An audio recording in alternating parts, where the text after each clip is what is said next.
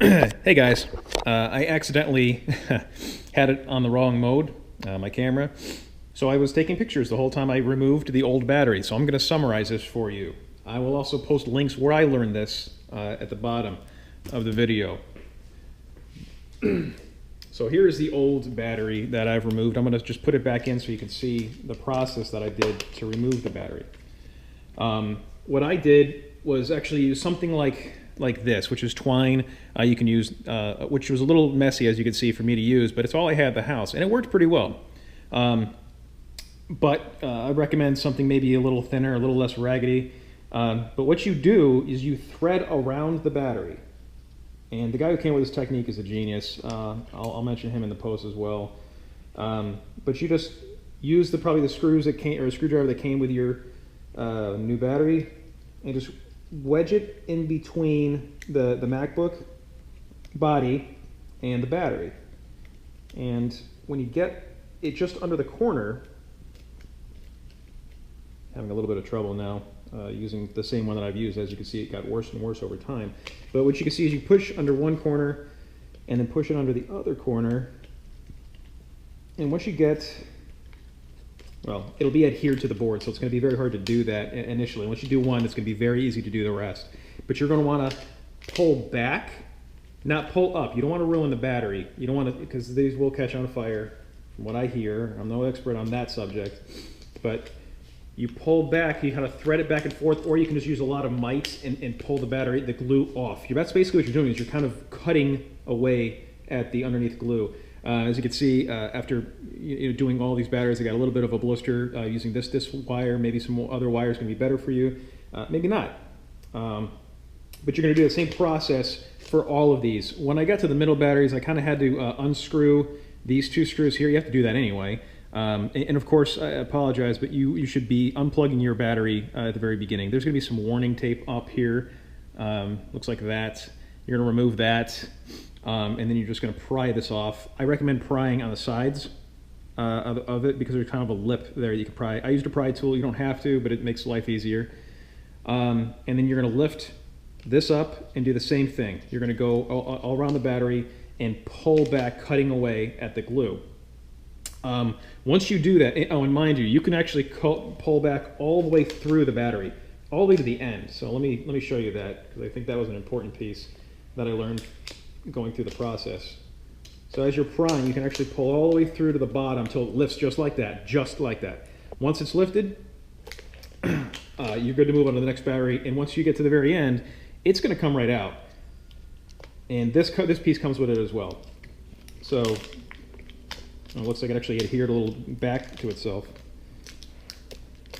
All right, that's the old battery.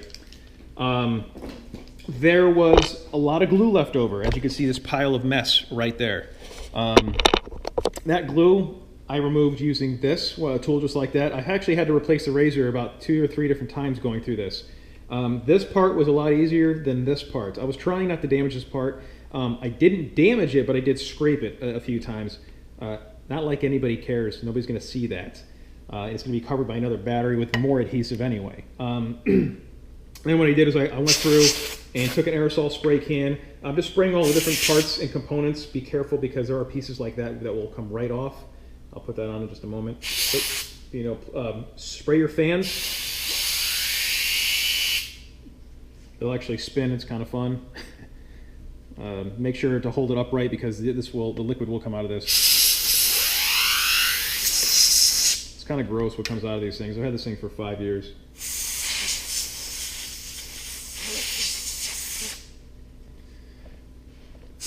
Feel free to fast forward right over this part. I'm just taking care of myself right now.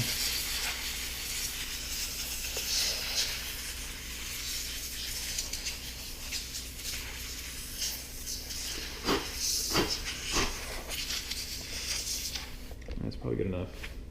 All right, now comes the fun part. Hopefully I have it at a place where you can see it fine. The new battery,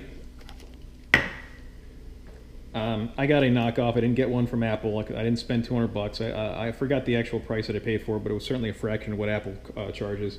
The very first thing I wanted to do was kind of seat it a bit and see if it fits. It won't fit right as it sits because there's a backing plate that has the new adhesion on it, which is very, very convenient. So you have to put your own adhesive on. Once you lift this up, the adhesive will be right there. But this backing plate is too large to allow you to seat it properly. But what you do want to do is connect it, flip it over, holding the battery because it will, if it's loose, right? And test to see if it works. I don't have mine plugged in, but you know, I was very lucky that my battery came pre-charged to at least 57%. So I've done this already before, and I checked the power cycles already. It was at 0. So let me input my password real quick. All right, password's entered, logged in. I'm gonna go just check so I can show you the power in the system report. And you can see the cycles, and you can see the cycle count, 0. It's great. So it's about, yeah, 57% charged. So I will be fully charging this as soon as I'm done adhering. So let's go and work on that now. So I'm gonna shut off the machine, and then I'm gonna flip it over, and we're gonna install the battery. One thing I didn't note before about taking their old battery out, I just remembered, you have to use a bit of force. It's not gonna, you know, sometimes it's easier maybe on these smaller batteries than it is on the ones maybe in the middle.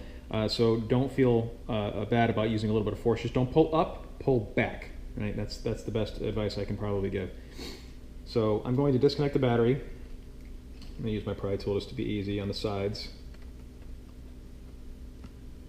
There we go. All right, that's gone. Now I think what I'm gonna do is I'm gonna remove the strip.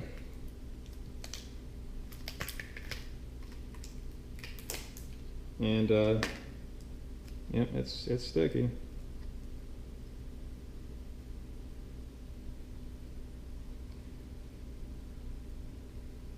All right, I was just seeing if that was like a piece of tape that needed to come off as well.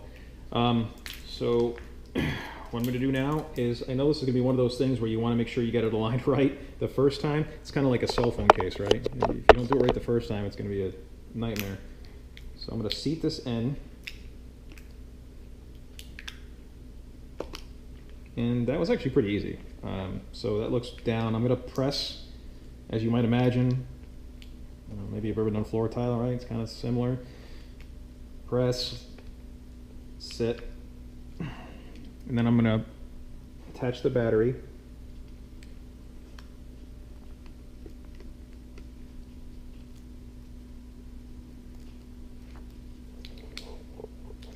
Line up the holes, which it's very hard to see, but there are holes there for the old screws that were actually in there.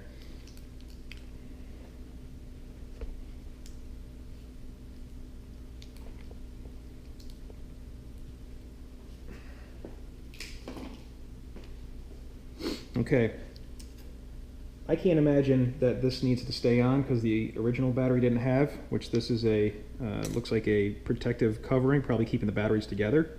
So I'm going to see if that just comes off pretty easy. If it does, I'm going to remove it because I don't want any plastic melting on these batteries. Yeah, and that looks like that's going to happen, so there we go. Perfect. All right, it's pretty seated. I'm just being overly cautious. Now what I'm going to do is I'm going to just screw it back in, and that's pretty much it. There's not much to it. Make sure you got all these little parts put back in the right order. Sometimes they will fall out. Hope you guys enjoyed. Take a look at the description for all the links. Thanks.